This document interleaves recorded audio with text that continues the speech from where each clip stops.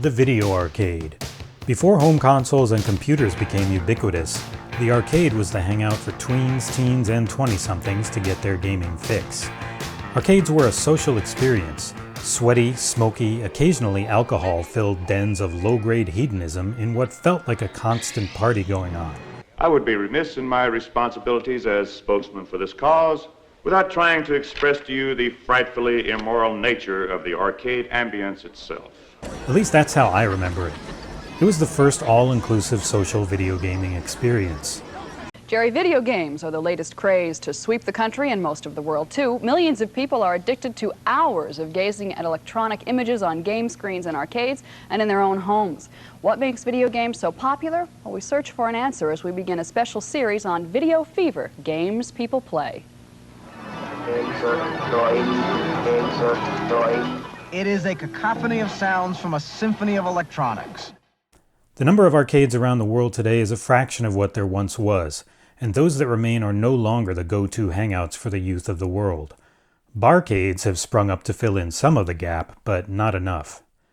What I'm getting at here is that arcades were a big part of my youth and something I've always felt nostalgia for, but have been unable to replicate in adulthood. The video arcade has made me what I am today. I've been in the market for some kind of arcade cabinet for a long time, but this is not an impulse purchase. Arcade cabinets are big, heavy, difficult to transport, and have always been expensive. There are basically three ways you can go: an authentic vintage cabinet, a modern reproduction, or a multicade machine. Of course, you can still buy brand new arcade games, but only if you have many thousands of dollars sitting around, so not really an option for most of us. None of these options is mutually exclusive, obviously, but it's not like most people are out shopping for a new arcade cabinet every day. A vintage cabinet has the advantage of being the exact same game with the exact same controls you remember, with the downsides that it's only going to play that one game, and it's probably going to need some restoration. If not, it's going to be obscenely expensive. Old arcade machines were rarely taken out of service before they wore out through use. Once purchased by an arcade, pizzeria, bowling alley, or whatever, an arcade cabinet was free money for the owners as long as there was space for it and it worked. Modern reproductions of vintage cabinets come in various sizes and even form factors, though they're almost always smaller than the original and they're usually priced for consumers. The downsides are that it's usually not the most authentic experience. You still only have from one to a few games available, and for me as a tall guy, these cabinets are usually just way too small to use comfortably. Arcade 1-up cabinets, for example, usually need a riser even for people who aren't the Jolly Green Giant. They're wee little machines otherwise. These also run on emulation just like a multicade does, so to me, between these two options, it's easy to rule out a dedicated reproduction cabinet as a first machine. With a multicade, at least you get more games. A multicade is an emulation machine that'll run a whole bunch of games. It'll have the reliability of a new machine, but can play all the vintage games you could want. The downside is that these machines have to be jacks of all trades. Screen sizes, controls, and the cabinet itself aren't really authentic to any particular game, so it may not scratch your nostalgia itch. Many multicades also exist in a realm of highly questionable legality, especially if you buy one from a smaller company with games already built in. It's pretty likely that those games are unlicensed. Now, I've been known to dabble occasionally in the dark arts myself as an individual user, but it's another thing to buy something that's probably illegal to own at all. But when AtGames announced their Legends Ultimate Arcade machine, my ears definitely perked up. 350 built-in games with the ability to add more. Multiple USB and HDMI inputs. Online services for game streaming and downloads. Construction allowing for easy mods. And a controller that had everything I wanted. 2 full sets of joysticks with 6 buttons each, as well as a spinner for each player and a single trackball. I can't think of too many 2-player trackball games, though there were a few. At $4.99, or $5.99 at Walmart, it sounded like a pretty good deal too. You can't do much better than that even if you build your own multicade from scratch. And of course, all of the games it comes with are fully licensed. What you do with the machine after buying it, though, is on you. In the end, it won me over and I decided to buy one shortly after launch. By then, it was completely sold out everywhere, and it stayed that way for the next 4 months. That scarcity just made me want it more. Was it really this popular? Or was it just extremely limited? Did they have one guy building these in his garage? What the hell was happening when a well-known gaming company can't keep a $500 arcade machine in stock? I mean, this isn't the PlayStation 5 we're talking about here. After months of waiting, I just got mine very recently, so apologies that this video didn't come out with the first wave of coverage of this machine. I'm trying to take a little different approach to it since my channel is not strictly about arcade products. I'm going a little bigger picture while also giving you as much detail as I can. In addition to the aforementioned controller, the system comes with a 24.5-inch 1080p LCD, which may seem like overkill for old arcade games, but it really isn't when you consider stuff like vector graphics that were once very popular. You almost can't have high enough resolution for those in a pixel-based display. The computer inside is a fairly low-spec SoC from what I understand, but it seems to work fine for the era the machine is supposed to represent. The cabinet comes packed pretty securely in a fairly large box, as you'd expect, and it weighs about 97 pounds even though it's mostly air inside. Mine seems well constructed. I've heard reports about early machines having stripped screw holes, damaged panels, and other physical issues, but mine is perfect. It took me about an hour to put together and was much easier than any piece of IKEA furniture. The end result is pretty attractive, though much has already been said about the artwork. That's down to personal taste, but clearly it's not as impressively coiffed as many vintage machines, or the modern reproductions of them. The machine itself looks great though, with a nice sheen and excellent fit and finish. The artwork is nothing a few vinyl decals won't fix. I'm personally a little bothered by the Marquee, which is right in my face all the time. It's not the nicest logo to begin with, and the color of the printing combined with the LED lighting gives it kind of a sickly green hue. I do give kudos to AtGames for lighting it though. That's one mod that won't need to be done. Changing out the Marquee itself doesn't seem very difficult. Even though it's one of the larger cabinets currently available and is clearly intended to be full size, it's still a little short for me. I have to bend down slightly to be comfortable at the controls, and the screen is aimed at my chest. That's what I get for being freakishly tall, I guess. It's nothing a stool won't fix. Vintage cabinets did often have the screen mounted higher or angled more dramatically. Let's get back to the controls because they're a really important part of any arcade machine. Without doing a full deep dive of the history of arcade controls, suffice to say that these days most people divide control types into Western style or Japanese style, but this isn't really accurate. Early arcade machines generally used leaf switches for both the buttons and joystick. Leaf switches have a soft, non-clicky feel and are virtually silent. Some people also swear that they're actually a lot faster in games like Track and Field and Joust. Early Japanese machines started the transition over to cheaper and less maintenance-intensive micro switches for both the buttons and stick. These have a positive click. But from that point forward, manufacturers pretty much just used whatever type of controller worked for a given game. Some continued using leaf switches, some used micro switches, some used optical controls, or whatever. Up top, both early Japanese and American machines were using a variety of different stick styles, though ball tops were most common in both regions. The Hap bat-style stick certainly wasn't the only standard in the West. Atari, for example, most often seemed to use Wicco ball sticks. Midway used their own ball sticks. The buttons were also concave with a long throw pretty much everywhere. Japanese machines didn't start using short-throw convex buttons until probably the late 80s or early 90s, with the advent of the standardized candy cabinets, which all seem to use Seimitsu and Sanwa controls. To circle back around to the Legends Ultimate machine, at first glance it looks like it has what some would consider a mixed stew of Japanese and Western-style controls, with its red ball-topped stick and its concave long-throw buttons, all of which use micro-switches. But nothing about it is really out of the ordinary for a mid-80s arcade machine from either region. I'm a fan of this.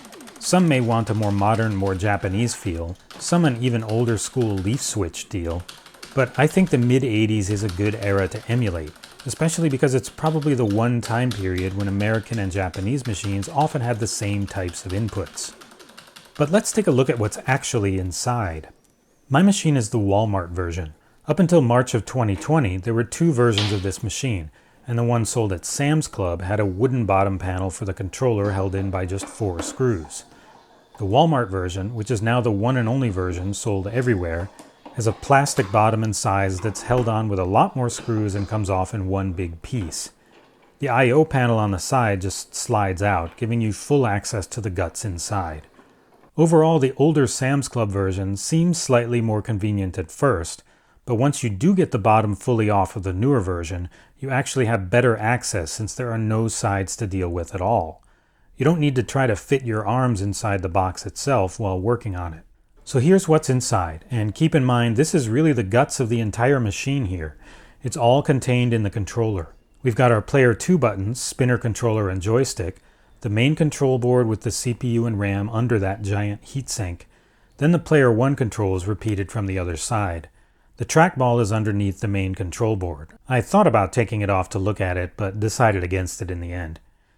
I did want to see who actually makes the joystick and buttons inside this machine though, and I'll spare you the suspense. It's Baolian. Yeah, Baoli who? Like everything else these days, there's been an explosion of Chinese knockoffs of otherwise well-known arcade brands over the last little while. I'm not totally against this. I've been using a PC keyboard with Cherry knockoff Otemu key switches for years now, and I still love it, even more than my actual Cherry-powered Corsair keyboard. Chinese products are not inherently worse. They're just sometimes slightly different and usually a lot cheaper. They can be worse, don't get me wrong, but I'm not one of those people that sees China and instantly thinks, crap. It just hasn't been my experience. Here's what looks to me like the actual stick used in the Legends Ultimate. It's just their regular BL joystick with PCB, which is a pretty clear knockoff of the Sanwa JLF. And here are the buttons. I wasn't certain of these originally because the switches just say Game Switch on them and don't have Baolian's logo, but then I realized they're just flipped over. The Baolian logo's on the other side. I didn't open up the spinner or trackball, but I think I can say that they were probably made by somebody else, since neither product appears on Baolian's website. Interestingly, my joysticks came with two different restrictor plates, one 4-way, one 8-way. 4-way plates give you a little more freedom of movement, but an 8-way plate can ironically be better in games like Pacman or Burger Time that only have 4-way movement. That's because you can more positively feel the stick lock in to up, down, left, or right, which you can't on a 4-way plate, at least not a square one. This has been inconsistent on these machines since the beginning. Most people seem to get 4-way plates, but I've heard of some recent buyers getting 8-way plates. I've never heard of someone getting one of each until me, though. I ended up switching the restrictor plates, so now the 4-way is on my 2-player stick, which gets a lot less use. I'll probably buy another 8-way plate at some point. My Player 1 joystick started squeaking a bit after a few days of use. You can probably hear that here.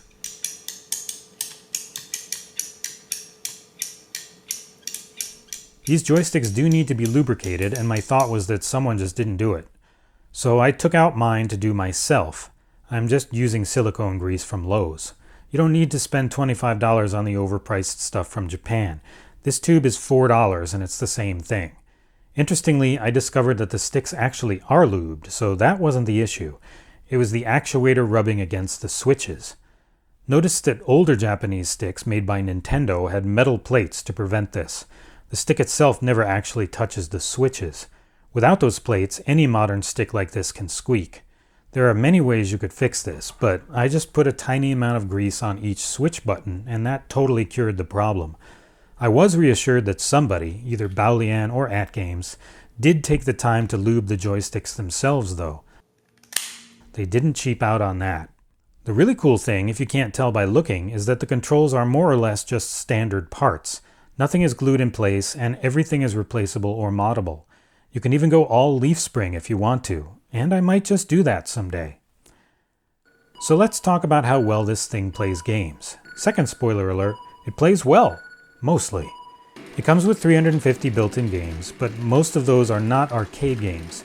The ones it does have generally run perfectly, though a few odd ones here and there do have glitches that make me wonder why they were included. You can add more games, which I'll show in a minute. Here's the interface when you start up, and I do apologize for the moire you see. That's a camera artifact from shooting right at the screen. It's not visible in real life. You can see it's gone if I shoot offset, which I maybe should have done for the whole video. You can open the back of this machine up and split the HDMI signal for direct capture, and if I make any more videos on this cabinet, I probably will do that, but for now, this is as good as it gets. Anyway, the main games interface can be filtered a bunch of ways, most of which you might expect, but I do like that they've let you choose games by input type at the bottom. Sometimes I just want to play a trackball game. Selecting games looks like this, and they generally load pretty quickly. There's a lot of Jalico in the included game list, by the way.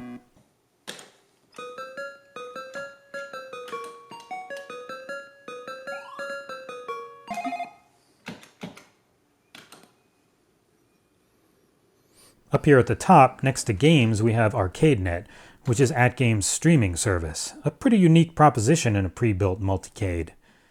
Eventually this is supposed to be $20 a month, but for now there's a free beta as they build out the selection. Interestingly, there's a whole lot of Neo Geo stuff in here, which there isn't in the main game list. The games I've tried have all run fine for me, though I'm not sure if you can tell in this indirect footage, but they are all noticeably blurry compared to locally stored games.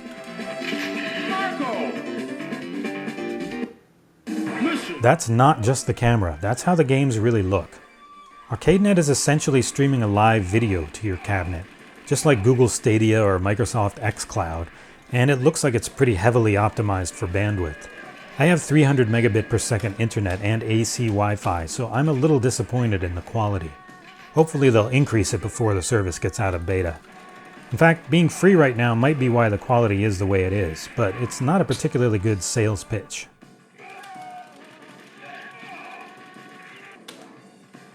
One other little beta-ism you see here is that the menu interface is completely different than every other section of the UI.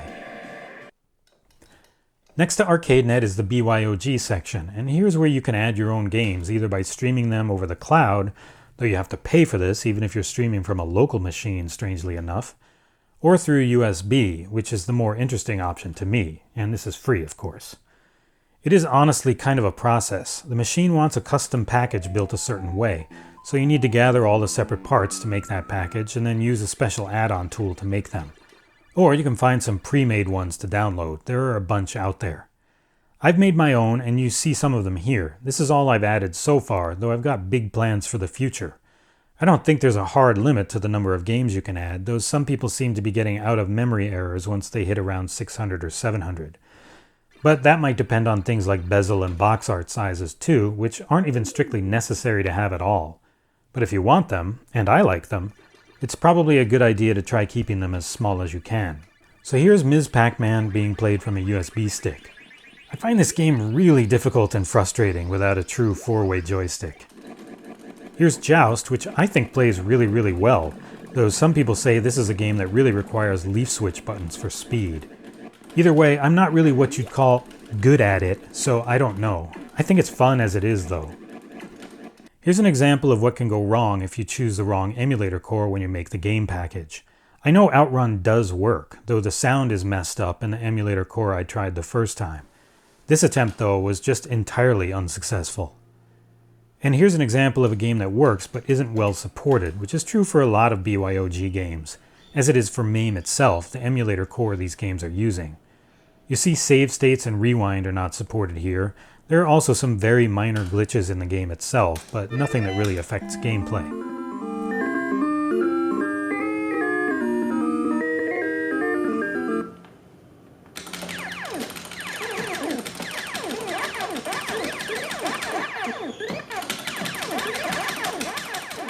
I should talk a little about the display options. You can choose Fit, Center, Pixel Perfect, or Fill. Normally I choose Fit, although there are some exceptions. Fill is just ridiculous. It just stretches the game to fill the wide screen. Please don't do this. Pixel Perfect you'd think would be the right choice, but it almost never is. It doesn't display the game as it originally would have looked, since a lot of games used non-square pixels. Center gets the aspect ratio right, but it puts the game in a slightly smaller box in the middle of the screen. So Fit usually looks best, although it can seem to overscan a very tiny amount. Then again, this is totally realistic. There's also a scanline filter that I usually leave on. I just find it a little more pleasing, and accurate or not, a little more in keeping with my memories of these games. It's probably hard to tell here, but with it turned off, most games just have a very harsh, jagged look to them. And I know from experience that 1943 never looked like this in the arcades. Vector games like Tempest, Asteroids, and Lunar Lander, though, have some problems. First, you obviously want the scanline filter off for vector games. But no display mode really gives you the smooth lines a vector game should. I play these same games on MAME on my PC and they look fine, even at 1080p. But I don't know if you can see here how jagged all the lines are when in fit mode in Tempest. Using fill is obviously out, and pixel perfect, which is kind of an oxymoron for a vector game anyway, just cuts off lines. Center actually works best, but it's still not perfect. There are still some jaggies here and there. I'm hoping AtGames can fix this in future updates. It's true of all vector games on this machine. While they're at it, maybe they can add a bloom effect to really simulate the vector look. Incidentally, there's nothing quite like playing a spinner game like Tempest with an actual spinner. Trackball games are similar, but a mouse can make at least an acceptable trackball substitute. There is no substitute for a proper spinner, and it's probably the least common device in any modern arcade controller. This is one of my favorite things about the Legends Ultimate, and I'm really glad to have it. It doesn't hurt that the spinners are actually really good. Nice heft, but light enough and super smooth. Lastly, let's just take a look at the settings. There are a lot of them, and too many for me to really go through here. Too many for me to even really use. Here's where you do your Wi-Fi setup for streaming and firmware updates. Set up your parental controls if you don't want your kids playing strip poker on your Legends Ultimate. You can also set up your Bluetooth options to use different controllers with the Legends Ultimate and vice versa. This is part of how you'd connect something like a Raspberry Pi, since you'd attach the Legends Ultimate to it as a Bluetooth controller and then connect the HDMI output of the Pi to the Legends Ultimate. Sounds complicated, it's really not. Here you can set up your UI preferences to have custom background graphics and audio. So if you want to have naked pictures as your background instead of this Tron-like thing, you can, you pervert. On page 2, you can set up an attract mode, which just plays a video from somewhere with or without sound. There's a default one that I'll show you, but it's pretty basic and I wouldn't use it. You could really just use the actual attract mode of any individual game as well, although there's no real way to cycle through games or pick a random one. Here's where you can also do network testing for your game streaming and other things. And yes, you see an option for light gun calibration. There is light gun support in this cabinet, which I will eventually try out. Well, that's about it. There's really a lot that this machine can do that I'm not currently using, though I might someday. Hooking up a RetroPie to it seems like it'd be fun, and game streaming, well, we'll see. But just playing the built-in games and my own from USB has been a great experience with this controller and in this cabinet, despite it feeling slightly too short for me. The controller is well thought out and works great. The display is very good, and there are so many ways to get games on this thing that I think you'll wear it out before you ever really get tired of playing on it. It won't bring back the seedier elements of your arcade memories, but it'll play your games pretty good. Keep in mind I bought this machine. It wasn't sent to me for free, and I don't even have a way to collect commissions with an affiliate link. So this is all really just, like, my opinion, man. And so in conclusion, I hope you can all see the urgent need to close this place down as quickly and as efficiently as possible.